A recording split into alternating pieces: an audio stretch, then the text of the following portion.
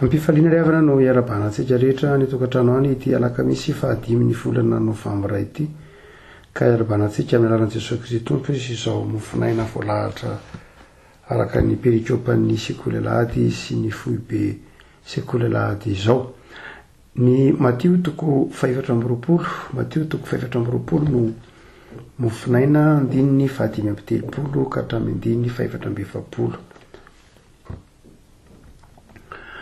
Matio toko 4:20 andininy fahadimy amby telopolo ka hatramin'ny andininy 420. Makitsika aminaran'i Jesosy. Ny lanitra sy ny tany ho levina ho Jesosy fa ny teniko tsy mba ho levina. Fa ny amin'izany andro sy ora izany dia tsy misy mahalala na dia ny anjelin'ny lanitra aza ary na dia ny zanaka aza afa-tsy ny ray ihany. Fa tahaka ny andron'ny Noa dia ho tahaka izany koa no fiavian'ny zanak'olona. Fa tahaka ny tamin'ny andro fony tsy mbola tonga ny safotrano ka nihinana sy nisotro ny olona ary napakabady sy namoaka ny ampakarina mandra-piavy ny andro izay nidiran'ny Noa tao amin'ny sambo fiara. Ary tsy fantany mandra-piavy ny safotrano izay nandringana ny olona rehetra. Dia ho tahaka izany no fiavian'ny zanak'olona. Ary amin'izany isy roa lahy any an-tsaha, ny anankiray ho raisina ary anankiray avela. Ary isy roa vavy manodidina ny fikisoam-bary, ny anankiray ho raisina ary anankiray avela. Ko amin'izany miambena ianareo, fa tsy fantatrareo izay andro hiavian'ny tomponareo. Nefa aoka ho fantatrareo zao, raha fantatry ny tompontrano ny fiambenana amin'ny alina izay hiavian'ny mpangalatra, dia ho niambina izy ka tsy namela ny tranony ho tamina. Koa miomana kosa ianareo, fa amin'izay ora tsy ampoizinareo no hiavian'ny zanak'olona. Ray masino, manomasinanay amin'ny fahamarinana ny teninao ny fahamarinana. Amen. Ity Matio toko 4:20 ty rehefa koa dia nomen'ny ireo mpandamina ny filazantsara Matio tany amin'ny taonjato faha-efatra tanoany. Dia ny hoe ny nanambaran'i Jesosy ny andravanan'i Jerosalema sy ny hiaviany indray. Dia ny perikopantsika an'io zany ny andininy 5:30 ka hatramin'ny andininy 4:20 dia miresaka momba ny fiavian'ny tompo. Mizara roa tsara afako mazava ny fanontanian'ny mpianatra eto amin'ity Matio toko 4:20 ity zany dia misy fanontaniana napetraka ny mpianatra tamin'i Jesosy andininy 4. Dia nipetraka teo an-tendrombohitra Oliva Jesosy, teo an-tendrombohitra Oliva zany Jesosy no mipetraka dia mitodika makany amin'ny Jerosalema izy. Dia nanatona azy mangingina ny mpianatra. Io indray ilay mangingina ny Matio moa dia tena mampiasa matetika io teny io mangingina io. Dia nanatona ny Jesosy mangingina ny mpianatra. Dia nanontany manao hoe lazao aminay izay andro ahatongavan' izany ary izay ho famantarana ny fiavianao sy ny fahataperan'izao tontolo izao. Jesosy zany aleon'io dia niteny amin'ny andininy 2 manao hoe lazaiko aminareo fa tsy izy avela vato ifanongoa ka tsoravana amin'ilay Jerosalema zany. Tempolin'i Jerosalema.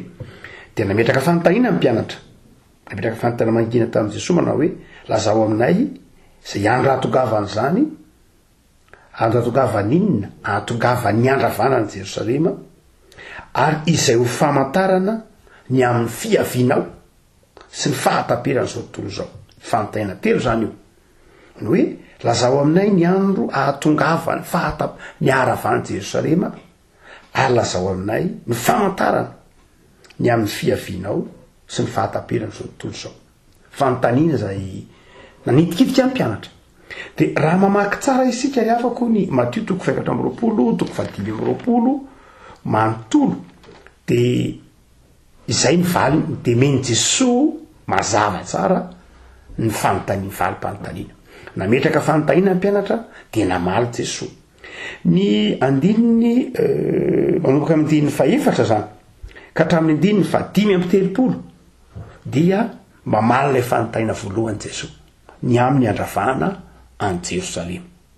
Mazava io. manomboka amin'ny andiny fa enina amtelopolo kosa ka hatrany amin'ny toko fa 5 ka hatrany amin'ny andiny fa 4 dia mamalina fanontaniana faharoa Jesosy ny fiaviny sy ny aravany zao tontolo zao ny ahataperana zao tontolo zao ny andiny fa 5 fa 4 maramarina kokoa ny andiny fa 4 zany ka hatramin'ny andiny fa 4 amin'ny toko fa 5 dia mamalina fanontaniana hoe ahoana ny aviany Jesosy ny fiaviany Jesosy mazaratsara zany afaka malala ny fahasamihafana dia raha toa ka mamaky tsara ianao ka misy baiboly ambany masonao dia vakio tsara fa samy hafa ny fitantarany ny valitenin'i Jesosy. Tapany voalohany manazava ny andravanan'i Jerosalema izy faminaniana sy fanazavana mpianatra hoe ho ravo Jerosalema zao ny zavatra hitranga fa manomboka amin'ny andiny fa 4 zay nivakitsika teo zany dia manazava kosindray ny amin'ny fiaviany Jesosy. Ny ataontsika hoe ny teny ny voambolana nampiasain'ny mpanoratra dia tena manazava mihitsy fa samy hafa reo fotoana reo satria mantsika rehefa mamaky an'izy io dia afangarontsika le izy rehefa mamaky azy tsika ndraindray ny famantarana ny amin'ny fandravanan'i Jerosalema no haverintsika ho famantarana amin'ny fiavian'ny tompo tsy zay mihitsy fa ny fanontaniana voalohany dia mahakasika ny fandravanan'i Jerosalema fotsiny araka ny Mateo fa ny fanontaniana faharoa zay manomboka amin'ny 5 dia ny fiavian'ny tompo dia samy hafa mihitsy ilay fitrangan-javatra samy hafa mihitsy ilay amin'io andiny fa 4 io dia misy karazan-drazana famaranana sanareo zao nandiny fa 5 io manao hoe lanitra sy ny tany ho levina fa ny teniko tsy mba ho levina vita eo ny valiteny ny tapany voalohany tapany faharoa fa ny amin'izay andro sora zay iavina eo ny tapany faharoa fa eo ny fiaviany Jesosy mazava zany fa ity manomboka eto amin'ny 5 ity no manambara ny fiaviany Jesosy averina indray no zany dia ireo famantarana rehetra any aloha rehetra ireo dia mahakasika ny andravanan'i Jerosalema zay efa niseho zay efa niseho amin'ny ataontsika hoe fampianaram-ponoana zay efa ny anarantsika hatramin'ny mahakristianina atsika dia miseho amin'ny endrika anankiroa ny fiaviany Jesosy.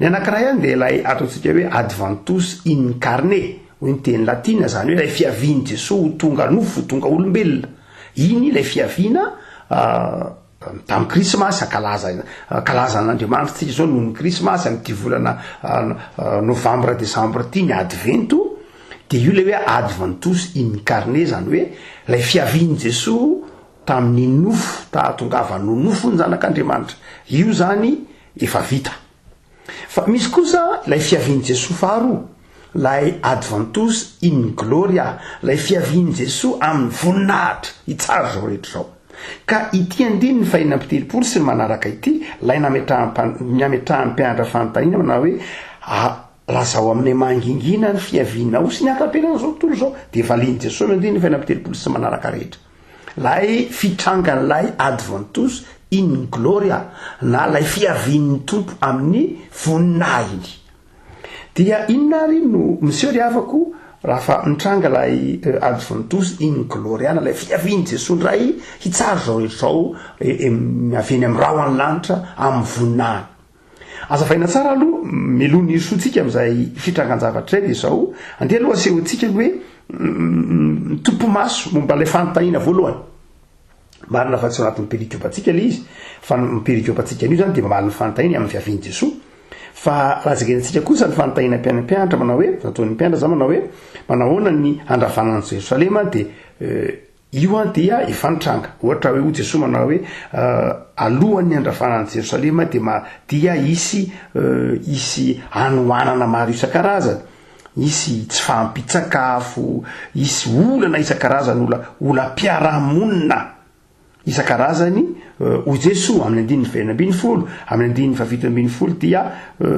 isy zavatra hitranga isy aramoa hoe mpaminany santoka ambaran'i Jesosy io amin'ny andiny faraky 20 dia mazava izy hoe isy amitaka ny maro mihitsy isy tsy fankatoavan-dalàna misy zavatra isan-karazany hitranga ary tsy vitan'izany isy ary teny manao hoe aty Kristy ny fivavahana ny tamin'ny andron'i Jesosy zany dia Jesosy zany mamaly fanontaniana io tamin'ny andron'i Jesosy dia nanazava izy hoe ho avy ny fandravana ny Jerosalema. No zany dia lay fandravana ny Jerosalema zay tantarain'i Jesosy dia tena samy hafa mihitsy amin'ny endrika isehoany amin'ny fiavian'i Jesosy.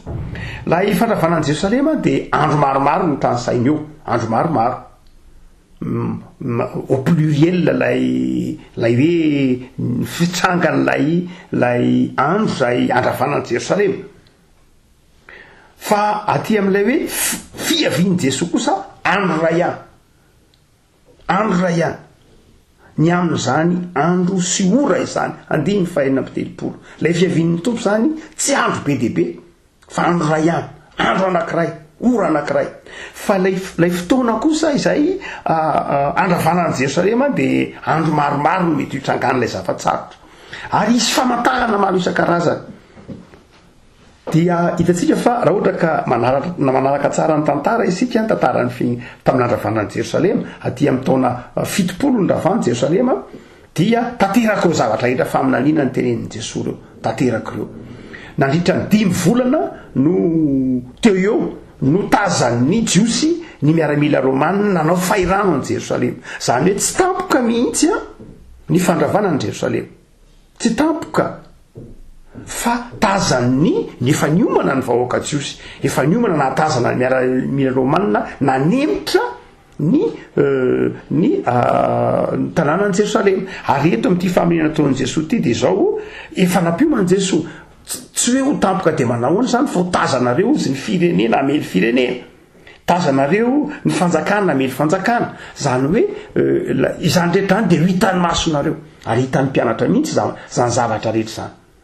Ary izy raha mitemana hoe ity taranaka ity amin'ny fanazavana io mbola tsy ho lany fa mbola eo ty taranaka ity ho Jesosy.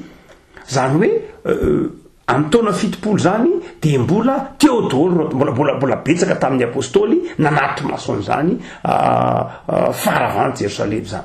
Mbola nisy nanatrika an'izany be dia be. Dia tsy diso mihitsy ny tenin'i Jesosy ve moa diso teny fa hoe tena nasehon'ilay faminanian'i Jesosy mihitsy hoe ity taranaka ity dia tena hanatitra maso lay faharavana Jerosalema. No zany dia tena samy hafa kosa amin'ny aty amin'ny fiaviany Jesosy. Aty amin'ny fiaviany Jesosy tsika dia andro anankiray ilay izy. Ary aty amin'ny fiaviany Jesosy dia tsisy famantarana be dia manahoana.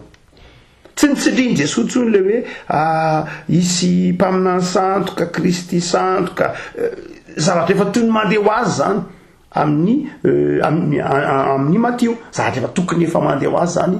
I Paul manazava an'izany hoe any aparany any ny olona dia ho tia vola sy ny sisa rehetra. Izay mifanandrify an'ity ambaran'i Jesosy amin'ny 5:30 ity. Raha zakatsika zany Jesosy rehefa manady ity tena samy hafa izy io. Samy hafa lay endrika isehon'ny faharavana Jerosalema sy ny fiavian'i Jesosy ho isika teo. Aty amin'ny fiavian'i Jesosy dia mazava tsy voaresaka tsony lay hoe isy fampianaran-diso be dia manahoana, isy olona hitarika ny olona ho any amin'ny lay teny hoe planao amin'ny teny grika hoe tsy misy ataontsika hoe fitarihana hiala amin'ny finoana dia manahoana loatra. Ho resahantsika ihany izy rehefa aveo fa misy ihany zay fa tsy tahaka izay hitranga tamin'ny andro nandravana ny Jerosalema. Tamin'ny androny alokely nandravana ny Jerosalema dia isy mpaminany be dia be, tsy tokony adonantsika fa ny fivavahana Jiosy, ny fiarahamonina Jiosy dia fiarahamonina mpivavaka, misy mpaminany be dia be mandeha misoratena ho mpaminany, misy olona misoratena ho mpitondra fivavahana, misy mampianatra isan-karazany, misy vondrom-bavaka isan-karazany, misy fomba isan-karazany fiarahamonina. Reny dia efa namin'ny teny Jesosy hoe tandremo fa amin'ny andravana ny Jerosalema dia hitranga izao. Zay ny famantarana omenanareo satria mpianatra dia nangataka famantarana ny amin'ny hatongavany fandravana ny Jerosalema. Tena hanome famantarana izy. Fa ny amin'ny fiavian'ny tompo kosa dia nanome famantarana hafa Jesosy. Hoy Jesosy samy hafa zao ny zavatra hitranga amin'ny fiavian'ny zanak'olona. Toy izy manao hoe tahaka ny tamin'ny androny Noa. Tahaka ny tamin'ny andro Noa no hitranga amin'ny fiavian'ny zanak'olona. inona no nitranga tamin'ny andro Noa ozy ny inana sy ny sotro ny olona napakabady sy namoaka pakarina ny olona ary tsy nahafantatra akory ny avin'ny zavatra. Inona zany no famantarana tena asehon'ny fiavin'ny tompo raha tena jerena Matio dia tsisy famantarana. Reo zavatra tenenany amin'ny fandravanan'i Jerosalema reo famantarana ny amin'ny andravanan'i Jerosalema reo zay nitranga raha ohatra ka mamaky tsara ny tantaran'ny Flavius Josepha isika izay mpanoratra jiosy nanatitra maso ny andravanan'i Jerosalema dia Cyprien mihitsy ny nanazavany fahatanterahany io faminaniana nataon'i Jesosy io ny amin'ny andravanan'i Jerosalema. Fa ny amin'ny fiavin'ny tompo kosa dia izao raha jerena dia ho Jesosy manao hoe tahaka ny tamin'ny andro Noa nitranga. Tahaka ny tamin'ny andro Noa nitranga. Rehetra mantarany rehetra ve zany dia tsy le hoe fampianarany diso isy ny fahavetavetan'ny fandravana, tsy fankatoavan-dalàna, misy teny hoe ino ty Kristy santo ka zany ve zany tsy isy amin'ny andro farany. Isy zany amin'ny andro farany. Isy zany amin'ny andro farany satria zany tamin'ny andro nandravanan'i Jerosalema dia izao efa nisy zany ary isy foana zany. Tsy tamin'ny andro zany tsy famantarana intsony amin'ny fiavian'i Kristy fefa nisy zany tamin'ny fotoana andro. Nisy zany tamin'ny fotoana moyen âge tenatena, nisy zany tamin'ny fotoana taloha tany ary mbola misy zany ary mbola isy zany ao aoriana. Mandra-piavy ny tompo dia hitranga foana, hitranga mandrakariva reo famantarana izay teneniny Jesosy tamin'ny andravanan'i Jerosalema reo. Fa raha metra-panontaniana inona zany no famantarana tena manokana ahafantarana iny amin'ny fiavian'ny tompo manokana dia ny valiny tsisy. Dia zao ho Jesosy manao hoe ny zavatra hitranga no ambaranareo tahaka ny tamin'ny Noa. Inona ny dikan'izany? Tena tsisy famantarana fa ho tampoka mihitsy. Tena ho tampoka. Ho tampoka mihitsy ary jereo tsara fa Jesosy amin'ny andravanan'i Jerosalema dia miteny manao hoe isy afa-mandositra nge, isy afa-mandositra avany atsady andeha andositra na avany atafotrany dia andeha andositra tamin'ny andravanan'i Jerosalema dia isy afa-mandositra. Fa aty amin'ny fiavin'ny tompo tsy niteneny mihitsy hoe isy afa-mandositra. Ary jereo tsara raha ohatra ka mamaky tsara ny dia izao amin'ny andininy voalohany ka hatramin'ny andininy fa 5:30 tsy miteny mihitsy Jesosy miteny hoe parousia ny an'ny fiavin'ny tompo nandray mandeha azy. Ny mpianatra no miteny ary amin'ny andininy 7 rehefa metraka fanontaniana aminao hoe lazao aminay izay andro atongavan'izany azo eo famantarana ny fiavinao, famantarana ny parousia zany na ny parousie le fiavin'ny tompo ilay atao hoe eschatologie any amin'ny andininy 7 izany manao an'izay. Dia mamaly ny andininy mamaly ny fandravanan'i Jerosalema Jesosy fa tsy parousia mihitsy izay nampiasainao na indray mandeha ary. Fa mampiasa kosa izy amin'izay aty amin'ny andininy fa 4:30 izy, 4:30 sy aty amin'ny andininy fa 7:30 izy vao mamaly ny fanontaniana manao hoe hitranga ny parousia. Ilazana zany fa tena ny parousia manomboka amin'ny andininy fa 4:30 ny tena atao hoe parousia ka raha aty amin'ny andininy fa 5:20 any ny tena filazan'i Jesosy mikasika ny parousia ny fiavin'ny tompo.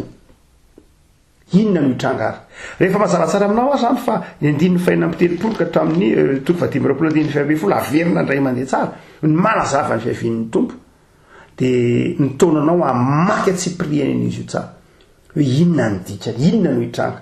Fa ny tapany voalohany perikopatsikany io moa dia nazava fotsiny ihany ny hoe tahaka ny tamin'ny andron'ny Noa. Dia andeha jerentsika ny inona nitranga tamin'ny andron'ny Noa. Io no hamantarana voalohany ny fiavin'ny tompo. Na hoe inona nitranga ny fiavin'ny tompo dia izao hoe tsy apoizina izy. Tamin'ny andron'ny Noa ho Jesosy tsisy nanam-po na inona na inona. Tsisy famantarana zany mety hitranga manokana intsony satria ny olam-piaramonina itoy ny anoanana efa nisy hatramin'izay, ny fitampitsorana tontolo iainana efa nisy hatramin'izay, efa miaratsy fa zao ho tampoka mihitsy tena faran'izay tampoka ary andro ray fa tsy andro be dia be, ho rairay azy fa tsy ora be dia be. Io tenenin'ny tompo io fa amin'izany andro sora izany au singulier zany hoe tena tsy be de tsy hoe maharitra ray volana zany Jesoa hoe tazana hoe iny eny misy famatahana ray volana voatongo Jesoa na hoe iny eny misy herinandro voatongo Jesoa fa tena ndray mipimaso Paoly efa nanazavana io comme Korintiana voalohany toko tebiny folo hoe ndray mipimaso ary samy tsisy anapohan'io na iza izy raha moa dia tena andray ohatra mihitsy hoe na ny zanak'olona aza miteny an'ilay mahazanak'olona azy moa zany izy fa tsy miteny an'ilay izy mahazanak'Andriamanitra azy hiverina indray fizy efa ny an-danitra efa mahafantatra fa izy miteny amin'ny mpianatra eto hoe na ny zanaka azy ilazana fa tena tampoka mihitsy dia hotsika manao hoe ho tampoka mihitsy izy io ho tampoka satria nahoana zao isy zavatra mody milamina miendrika ivelany isy zavatra ny fiarahamonina zany dia misy saritsarim-pilaminana milamina tahaka ny fiainany tahaka ny taminao milaminy ratsy tahaka ny tamin'ny fiainanao fiainan'izao tontolo zao mety mandeha ihany ny varitra mety mandeha ihany ny toe-karena mety misy krizy ara toe-karena kely tsy ndraindray eny mety misy krizy ara-pahasalamana eny anelanelana eny mety misy ataontsika hoe guerre régionale na ady boky na ady pirenena kely vitsivitsy mitranga eny anelanena eny fa izao amin'ny akapobeny dia toy ny andehandeha ihany ny fiainana toy ny mandehandeha tsy ampoziny eny misy ihany manambady ho Jesoa variana mihinan-kanina ny olona variana manao fety ny olona variana milamina ny olona variana mitady vola ny olona variana mifahoriny ny sasany variana amin'ny zava-manahirana azy ny sasany samy anana izay ahavariana azy izy takany tamin'ny andro noa Jesoa zany hoe tena zavatra mandeha ho azy ny fiainana tsisy eritreritra tsy ampozina mihitsy zay no voalohany ambaramatiry avako malala mamala ny fanontahina mpianatra zany Jesoa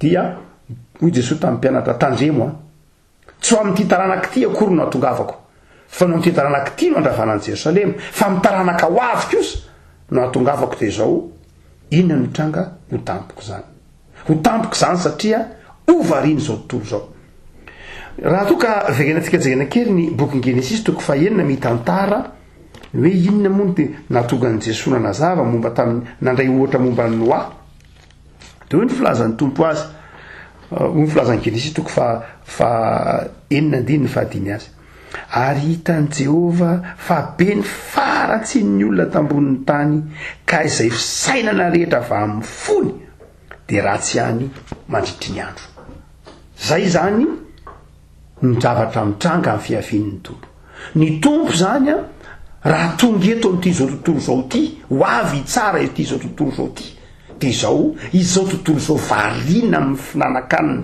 izao tontolo zao variana amin'ny filalaovana izao tontolo zao tsy anam-pony fiaviany no hovataniny ary izao tontolo zao tsy ny saina fa tsy ratsy mandritry ny tontolo andro hoy ny Genesis toko fahenina andiny ny fahadimy zay ny tranga ohatra raisin'i Jesoa nandray ohatra momba Noa izy dia hoe zay ny tranga izao tontolo zao hovataniny Jesoa dia zao tontolo zao tsy meritreritra fa tsy ratsy mandritra ny tontolon'andro mandritra ny tontolo mpiainany raha toka mijery itsika dia ataontsika hoe ny filozofia ny fomba fisainana hitatsika ankehitriny dia ramaka amin'izany mety tsy tontolo andro angamba asa tsy fantatro zao tontolo zao no meritreritra ratsy fa raha amin'izao andro antsika izao dia angamba atao hoe asa ny tapakandro sa ny adiny roa sa ny adiny telo fa any eo rindry zany tena ho ny tontolo andro mpiainany mihitsy no eritrereta amin'ny ratsy fa izao angamba tsy fantatro ianao mahalala hoe tontolo andro zao tontolo zao hoe eritreretana ratsy ratsy efa teny efa zany tokoa aza hoe ny fomba fisainana zao tontolo zao dia fitiavatena fitiavam-bola ady voninahitra fifanaratsiana fifosana tsy famelana lolo-po zany rehetra zany no sainina zao tontolonandro ary zany no hovatan'ny tompo atapoka ny fiaviany tsy anapo mihitsy tsisy zavatra fa tsisy otrano mihinanao eo ny tompo fa izao tampoka io tena tampoka io famatahany amin'ny andravanan'i Jerosalema misy fa izao ny amin'ny avian'ny tompo dia zao ho tampoka ary ho ao anatin'ny fahavarianana tsy anapona inona na inona na iza hoy Jesoa ary hitatsika hotsika teo ny zavatra resahatsika ankehitriny ny zavatra iainana anatin'ny jereo tsara ny télévision ny fahitalavitra jereo ny internet jereo ny Facebook jereo ny kasety fosoratra jereo ny eny an-dalambe jereo ny manodidina anao fa mampatsiaro ny tenin'ny tompo tokoa hoe sato ohatrany teny efa tamin'ny andro noa tokoa ve tsika zany la ohatrany tsy misy miresaka zavatra tsara ohatrany efa ratsy daholo fisaina n'izao tontolo zao efa ratsy ary efa makamo zany antsony hoe fahalovany zany tsy ny lafiny hoe fitiavam-bola tsy hoe ny lafiny hoe kapitalisma ihany fa ny lafiny zavatra be dehibe mihitsy de atsapanao zany na fiainam-pianakaviana io na inona de hoy Jesosy niady vantoso in gloria na ny fiavin'ny tompo na ny parosia ny fiavin'ny tompo de zao ho tampoka riavako malala zay ny voalohany de zao ho vetivety fa tsy ela be akory tsotrany hoe sanatria misy volkano na misy horohorontany ka maharitra be de fa ho andro ray ary hoeto rairay mitsy azy vetivety kely ndray mipimaso montsy ho Paoly asa Jesosy de manazava an'io hoe any aparany any de isy kikiky isan-karazany isy tabataba sy kikiky satria ahitany tompo eny amin'ny voninahiny amin'ny tsy eritreretan'ny olombelona azy olombelona mbola variana ka mba eritreretiny manao hoe azo jerena amin'ny telescope ve ny fiavian'ny tompo azo jerena amin'ny maso lavitra ve azo tsapaina ao anaty tube à essai ve azo fatarina amin'ny inona reny fitaovana amin'ny teny sambotanitra zana-bolana ve tsia raha ity makio ty tsia tsy ho tazanao mihitsy tsy apoizina mihitsy ary tsy ho hitanao amin'ny alalan'ny telescope zany na zay telescope matanjaka indrindra tsy ahitany zany raha ity filazantsaraka matio ty zana koa laza ozy tsy mahalala ko ahoana nafatarany telescope an'izany ahoana nafatarany siansy an'izany tsy mahalala an'izany izy vo maiky zany zavatra any fieritreretany noahavariana azy ary satria izay le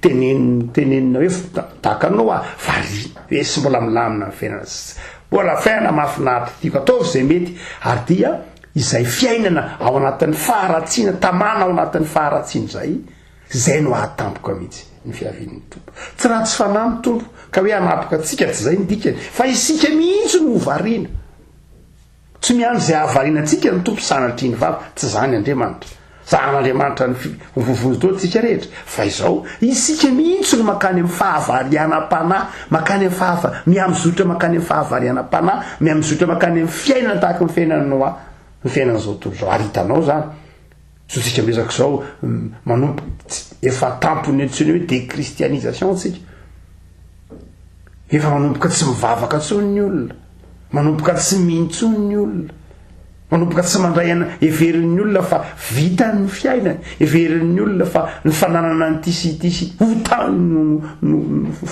ny zava-dehibe ho tampoka amin'io Jesosy ho tampoka io riavako ary matio hoe riavako malala fahatelo de manasava fa tsy maintsy isy zany satria mpianatra nametraka fanontaniana isy ve zany Jesosy ho avy ve lay fiverenanao amin'ny voninahitra teo Jesosy isy zany ny tany sy ny lanitra ho levona ny teniko tsy mba ho levona zany hoe tena isy zany ary ho tampoka zany mbola zay tsy ihany farany riavako malala manao hoe inona koa zany mbola manamarika lay tantaranao ateo tsika hoe ny faharatsian'ny olona ho vatan'ny Jesosy fa izao koa riavako malala zay tenenin'ny tompo de hitatsika ihany izy manao hoe ary tsy fantany mandra-piavy ny safotra andro zay nadigana ny olona rehetra tsy fantany akory ny fiaviany ny safotra zany hoe tena tsy fantatry ny olona akory aza hoe hifaran'izao tontolo zao tahaka ny tamin'ny andro Noa maina be ny andro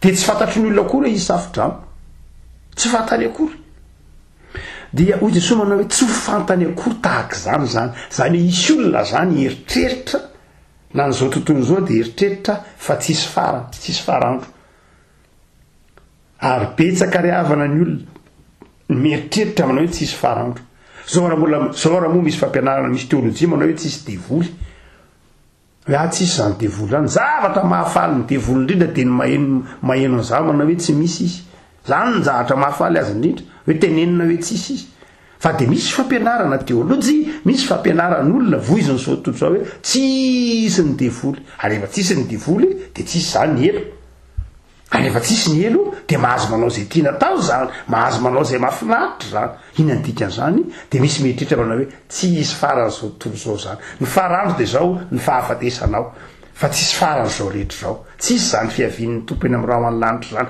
tsisy zany fiavian'ny Jesoa eny amin'ny rahona lanitra zany, tsisy zany adjony tosi ny carne zany, iny gloria zany, tsisy zany Jesoa eny amin'ny rahona lanitra zany, angano zany. Izay le hoe tahaka ny tsy nanampoizan'ny olona tamin'ny androny Noa ny avian'ny safotrano, tsy vita hoe tsy nampoizany fa tsy fantany mihitsy, tsy azony tsaina koa mety hitrano zany. De tahaka izay koa ny olona kely io avy amin'ny fotoana avian'ny tompo le avako, de isy olona tsy eritreritra mihitsy hoe isy farany izao rehetra zao, isy farany ity tany ity, isy farany ny zavatra rehetra. Fa ino netra mampahay anao ry havako efa azonao sary an-tsaina zany fa ro zavatra telo lehibe reo dia ny hoe ambaran'ny tompo zany avy tamin'ny valim-panontanian'ny mpianatra hoe ahoana ny fiavianao, dia nambaran'ny tompo manao hoe tsy maintsy isy zany, tsy maintsy hitranga zany. Faharoa, tsy isy tena famantarana manokana fa ho tampoko zany. Famantarana dia efa mitohy efa tamin'ny andron'ny ravanan'i Jerosalema reny hitohy mandraka ankehitriny reny, fa ho tampoka faran'izay tampoko zany. Ary fahatelo dia izao, isy faharatsiana, filalaovana, fitiavatena sy tsy finoana no anjaka amin'izany fotoana zany. De eto am-pamaranana ary amin'ny andininy faharoa amby efapolo ka hatramin'ny andininy efatra amby efapolo zay mofinainantsika tamin'ity andro ity moa, dia inona kosa ny toe-panahy afaka malala? Inona ny toe-panahy? De fa nandray ohatra Jesoa tahaka ny tamin'ny andron'ny Noa, isy ny voavonjy, isy ny Noa, isy ny Noa, iverina ny tompo fa isy ny Noa. Zany hoe isy ny voavonjy. Iza ny voavonjy? Noa. Ary de ry havako malala engany ho takatrao fa enao lay Noa, enao lay mpino. Ny dikan'ny teny hoe Noa de lay ambara-bokin'ny Genesis teo, lay mpanompon'Andriamanitra zay niaino ny feon'Andriamanitra, lay mpanompon'Andriamanitra zay niankina tamin'Andriamanitra ka natao hoe fitsaharana ianarany. Dikan'ny teny hoe Noa de fitsaharana. Lay mampatsiaro ny tenin'ny tompo manao hoe ianareo zay miasa fatratra sy mafisatretana ve fa omeko fitsarana, omeko fiadanana. Noa zany. Zany rehefa malala de eo Jesoa de mampianatra fa iza no avitra de zay nandray fitsarana teo amin'i Jesoa, zay nametraka ny fiainany teo amin'i Jesoa, zay ny Noa. Izay efa nandray ny fameran-keloka, ny ady tsara, izay Noa zay manam-pitsarana zay. Zay no hovataniny Jesoa eto. Ary amin'ireo olona ireo dia zao tsy ho tampoka izy. Tsy ho tampoka izy satria miambina izy. Andininy faharoa amby efapolo koa amin'izany miambena ianareo fa tsy fantatrareo izay andro ary io mbola tsy andro be dehibe any fa tokana hiavian'ny tomponareo. Havako malala inona ny toe-tsaina zany? Miambina ianao, mahatoky ianao, vonona amin'ny fotoana rehetra, mety amin'ny herinandro, mety rehefa avy eo, mety afaka 100 taona, fa tsisy mahalala mihitsy. Mazava ny tenin'i Jesoa, tampoka tsy ho fantatrareo. Misy karazam-pivavahana maro samihafa efa nanao kajy, avolombelon'i Jehova efa nanao kajy, impiry akory aza, nefa tonga ny tompo, fa mazava ny tenin'i Jesoa. Io raha mbola filazany tsara tsisy mahafantatra zany, ny zava-dehibe tsy ny fahafantarana zany fa ny fiambenanao miatrika an'izany, ny toe-tsaina hiambenanao, enao mametraka ny fiainanao ao amin'i Jesoa. Zay ny antsoina hoe miambina. Mandray an'i Jesoa zay fitsaharana. De maka ohatra moa izy ny amin'ilay mpanompo, inona ny toe-tsaina? Miambina, tsy manarary ohatra amin'ny ratsy, fa vonona miandry ny fiavian'ny tompo. Ary tsy vitan'izany ihany, ao anatin'io fiavian'ny tompo io no anoharan'ny tompo nakan'ny tompo fanoharana anankiroa zay antsika tsy anjery, de ny virijiny 5 atara sy ny virijiny 5 endry ary ny fanoharana momba ny talenta ao anatin'ny fiavian'ny tompo. zany hoe rehefa nanazava ny fiavian'ny tompo fa nazava ny parosy azy Jesosy na ny fiaviany dia naka an'ireo ohatra anankiroa reo izy momba n'ilay virjiny sy momba n'ilay talenta. Zany hoe ny toetra tokony endrasantsika ny fiavian'ny tompo zany dia miambina sika saingy tsy hoe miambina mipetrapotsiny fa miambina mampiasa ny talentantsika tahaka ilay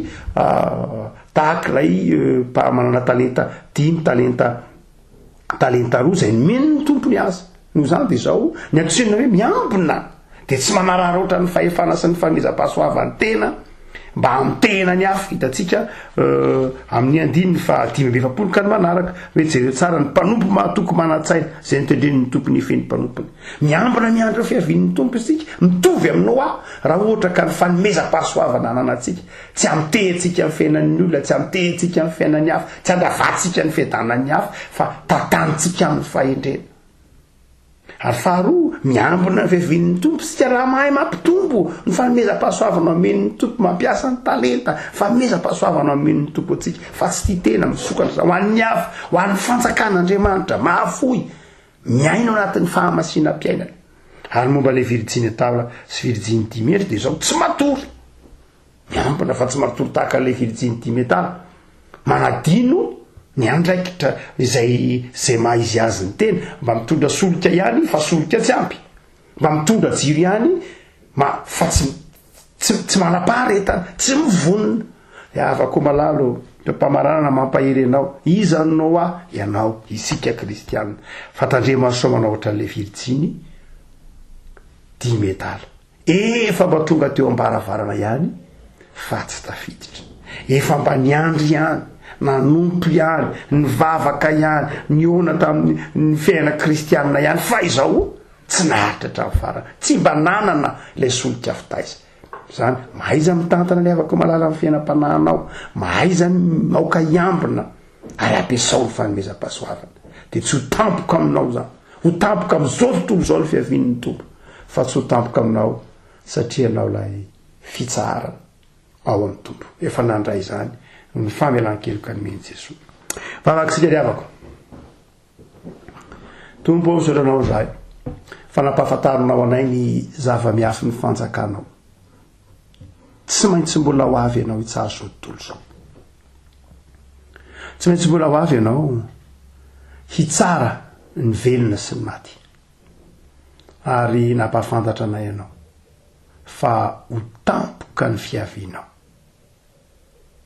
ho anay kosa zay mino sy ny andray anao ho tompo sy mpamonjy anay dia tao aminao ho vonona lalandava amin'ny fotoana hiavianao tsy ampoziny zany dia mampahirezy anay tompo ho vonona lalandava ny fanahinao masina toetra ty anatinay anananay fo miambina tsy ho variana ny fanahinao masina toetra ty anatinay ahaizanay mampiasa ny fanomezam-pahasoavana nomenao anay eo ampiandrasana ny fahantam-poan'ny fiavianao ny fanahinao masina hitahiry anay ho solika fitaiza tsy hatonga anay ho kivy ao anatin'ny fanompona ka ho tonga eo ambaravarana fa tsy ho tafiditra ao anatin'ny zanatry fa ataovy manam-paharetana zahay ataovy anananay ny solika fitaiza ny finoana ny faharetana ny fitiavana mba haritra zay amin'ny fanomponanao dia tahiny kristianina tsirairay tompo tahio fikitra aminao tahio ny tokantrano tahio ny mpiray-tanindrazana aminay tahio ny mpitondra fivavahana sy ny fiangonanao iambina tsara